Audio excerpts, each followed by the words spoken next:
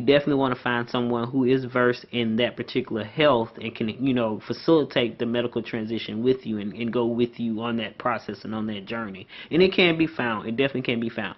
Now, as far as costs associated with that, it really is gonna, vary from whether, you go to an endocrinologist, whether you go to a general practitioner, whether you go to a clinic, whether you have insurance or you're paying out of pocket. So it's a lot of things, a lot of factors in there that could fluctuate prices. And most is gonna depend on where you go and what their prices are for the services that you need. So you do need to have an office visit, a checkup, and lab work. All of these are your initiating steps. Make sure you're even healthy enough to go on hormone therapy. So you have to do those things first. And again, depends on your insurance. Insurance may not cover a lot of things as it relates to transgender hormone replacement therapy and transgender health.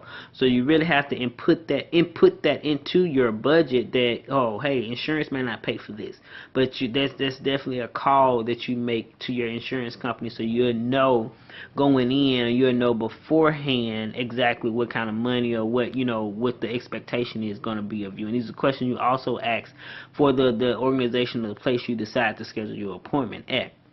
So again, once you go in, you have your physical done, you do blood work, and all your lab work comes back good. And a lot of doctors do require that you have a therapist letter. So it is good that you take that step for therapy prior to going to see a general practitioner, so you have your letter in hand and you be good for that portion of it. You do need letters from a therapist for any kind of gender confirmation, or people do have said in the past gender reassignment surgery or sex change. Those are words we don't use. Some people are placed on estrogen blockers, but that is a as needed and a case by case basis. And again, that's case by case, person by person. Not everybody will need that, but that's why you go to a practitioner who knows what they're doing.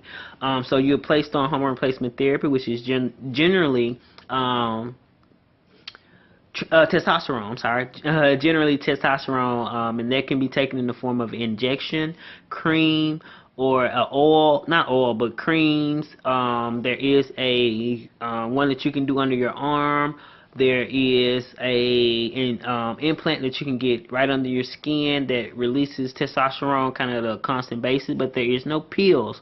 Let's dispel a myth while we're here. There is no pill. There is no pills that contain enough testosterone to facilitate gender transition. So it's either an injection that is given once a week or once every 2 weeks, even as little as once a month, depending on how far along you are into your medical transition. So again, there are no pills that are strong enough or have enough of the hormone in them to facilitate gender transition. Most people, in the most cost-effective way to do it, is either injections or the creams. And this is a lifetime process. A lot of this stuff is permanent. A lot of the changes that you get from the hormones are permanent, and some things are reversible.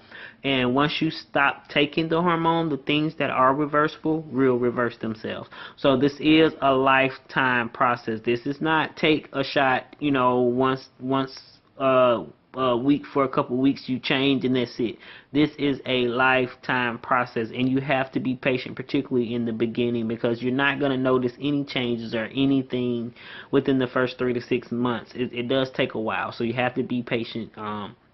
But again, most people do go for the injection because they are the most cost effective. Can again range anywhere from 60 to 120 to 150, depending on where you go and how where you get it from.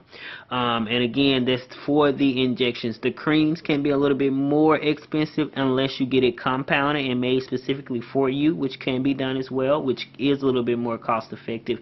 But you generally have to fill those once a month versus once every 6 months. So again, most transgender men do go for the injections. And again, those injections are given either you self-inject. Most people do that at home. You can go into your clinic and have that shot given to you when you're due, but for the most part, most people do those at home. It's an intramuscular shot that's given either once a week or once every 2 weeks, or like I said, bi-weekly.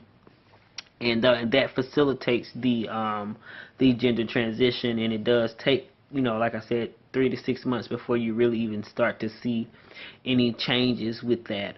So yeah, that's kind of the cost associated with that. Now, when you're talking about gender confirmation surgeries, they can range anywhere from $4,000, $5,000, $6,000 up to, you know, $15,000, $20,000, $30,000, depending on how far you want to go.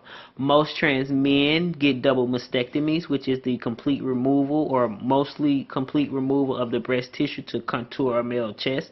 Those surgeries, a lot of people are getting insurance companies to help pay for those surgeries nowadays, but if not, that surgery can run you anywhere out of pocket from 4 to 8, and I've even seen as much as $10,000 out of pocket to get that, you know, get that surgery done. I'm gonna sign off, and I'm gonna go, and hopefully this won't be the last time. I will be working with Pride Buzz to answer some of those dying questions I know you people gonna have, the people gonna have. I couldn't address everything tonight, but I look forward to having more conversations about this particular subject and this particular part of the LGBT community.